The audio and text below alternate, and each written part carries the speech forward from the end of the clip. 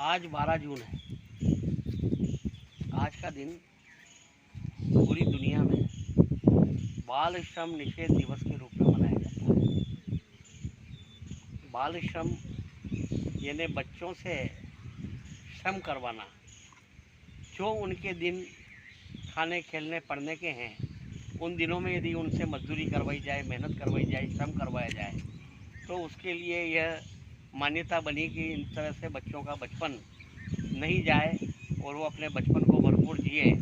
इसलिए एक बचपन बचाओ आंदोलन का भी जन्म हुआ और उसके साथ ही शासन ने एक प्रकोष्ठ का निर्माण किया, उसमें एक अधिकारी नियुक्त किया जो बाल श्रम निवारण का कार्य करता है।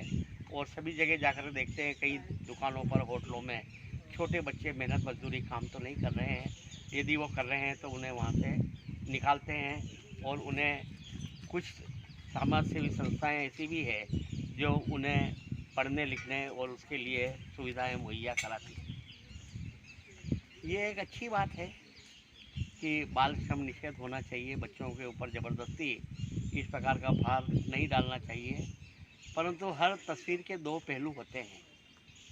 हम दूसरे पहलू पर भी बात करेंगे कि यदि हम इस कानून का सख्ती से पालन करें तो बहुत सारे बच्चे जो ऐसे हैं, बहुत सारे परिवार ऐसे गरीब हैं जो अपना पूरा परिवार का व्यय नहीं उठा सकते हैं और इसके लिए उन्हें मजबूरी में अपने बच्चों से भी मजदूरी करवाना पड़ती है। यदि वो नहीं कराए तो उनका परिवार चलाना भी मुश्किल हो जाता है। ऐसे में यदि उन बच्चों को जो काम करके कुछ धन अर्जन कर रहे हैं और परिवार में सहायता कर रहे हैं और नहीं करने दिया जाए तो परिवार आर्थिक रूप से परेशान हो जाता है। दूसरी बात यह है कि बच्चों को बचपन से ही श्रम करना सिखाया जाना चाहिए और उनसे श्रम करवाया जाना चाहिए।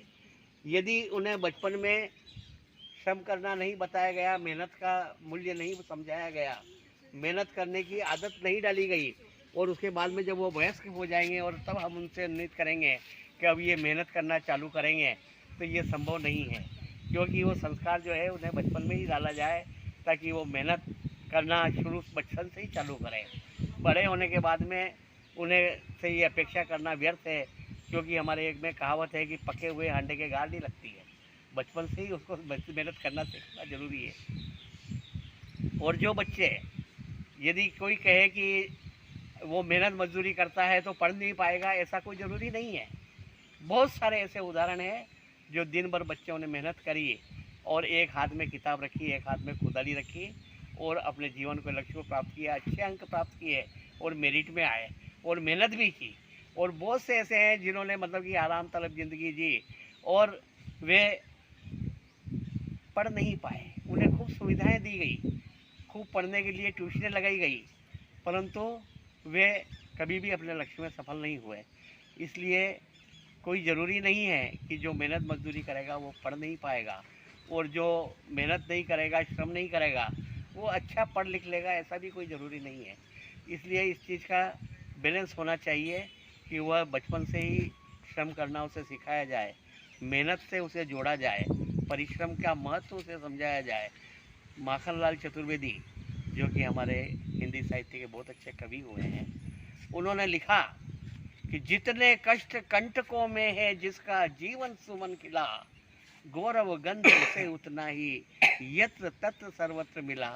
तो जो सुख और सुविधा का जीवन जीते हैं उन्हें जीवन में कभी गौरव गंध नहीं मिलता है, परंतु जो कष्ट कंटकों में पल करके बड़े होते हैं वे आगे बढ़ कर के महान बनते हैं, क्योंकि उन्हें श्रम का महत्व, मेहनत का महत्व समझ में आता है और बचपन से ही उनमें इस प्रकार के संस्कार डाले जाते हैं ताकि वे अपने जीवन को कठिन संघर्ष के साथ में जिएं। और जो बचपन से मेहनत करके बड़ा होता है वो जवानी में और बुढ़ापे में सभी संघर्षों का मुकाबला कर सकता है।